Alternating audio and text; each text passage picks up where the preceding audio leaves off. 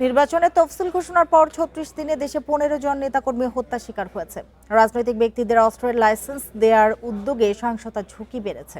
এসব তথ্য জানিয়ে টিআইবি নির্বাহী পরিচালক ইফতেখারুজ্জামান বলেছেন, মব সন্ত্রাস ও নির্বাচনী সহিংসতা নিয়ন্ত্রণ করা কঠিন হবে।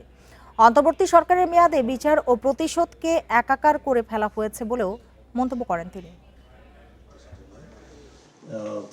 রাজধানীর ধানমন্ডিতে কর্তৃত্ববাদ পতন পরবর্তী ১.৫ বছর শিরোনামে গবেষণা প্রতিবেদন প্রকাশে সংবাদ সম্মেলন করে ট্রান্সপারেন্সি ইন্টারন্যাশনাল বাংলাদেশ। প্রতিবেদনে বলা হয়, তফসিল ঘোষণার পর ৩৬ দিনে অন্তত ১৫ জন রাজনৈতিক নেতাকর্মী হত্যার শিকার হয়েছেন। ২০২৫ সালে রাজনৈতিক সহিংসতা ৪০১টি, নিহত ১০২ জন, অস্ত্র নিখোঁজ ১৩৩৩টি।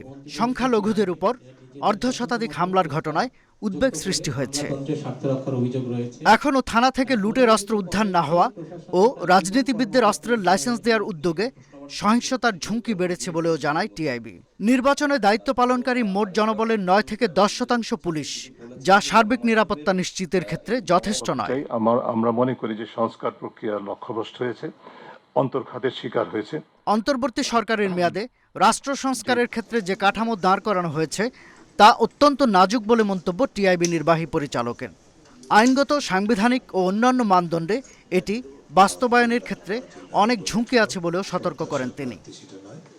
সুষ্ঠু নিরপেক্ষ নির্বাচন হবে কিনা, এর পেছনে অন্যতম যে প্রতিকূলতা প্রতিবন্ধকতা আসতে পারে সেটা হচ্ছে লেভেল প্লেইং ফিল্ড, অর্থাৎ সমান প্রতিযোগিতার ক্ষেত্র সৃষ্টি করার পথে সবচেয়ে বড় যে অন্তরায়গুলো, তার মধ্যে অন্যতম অর্থ, পেশি এবং ধর্ম। এই তিনটি শক্তির অপব্যবহার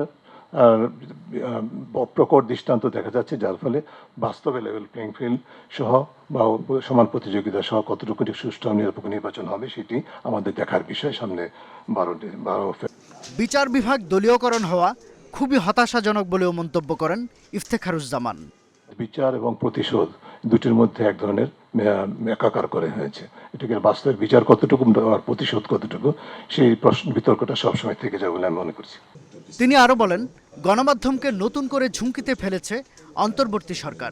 গণমাধ্যমের জন্য সরকার যে কাজের কথা বলছে তা মূলত গণমাধ্যমকে আরও নিয়ন্ত্রণ করার পায়তারা। শাহাদাত স্বপন, ইন্ডিপেন্ডেন্ট নিউজ, ঢাকা।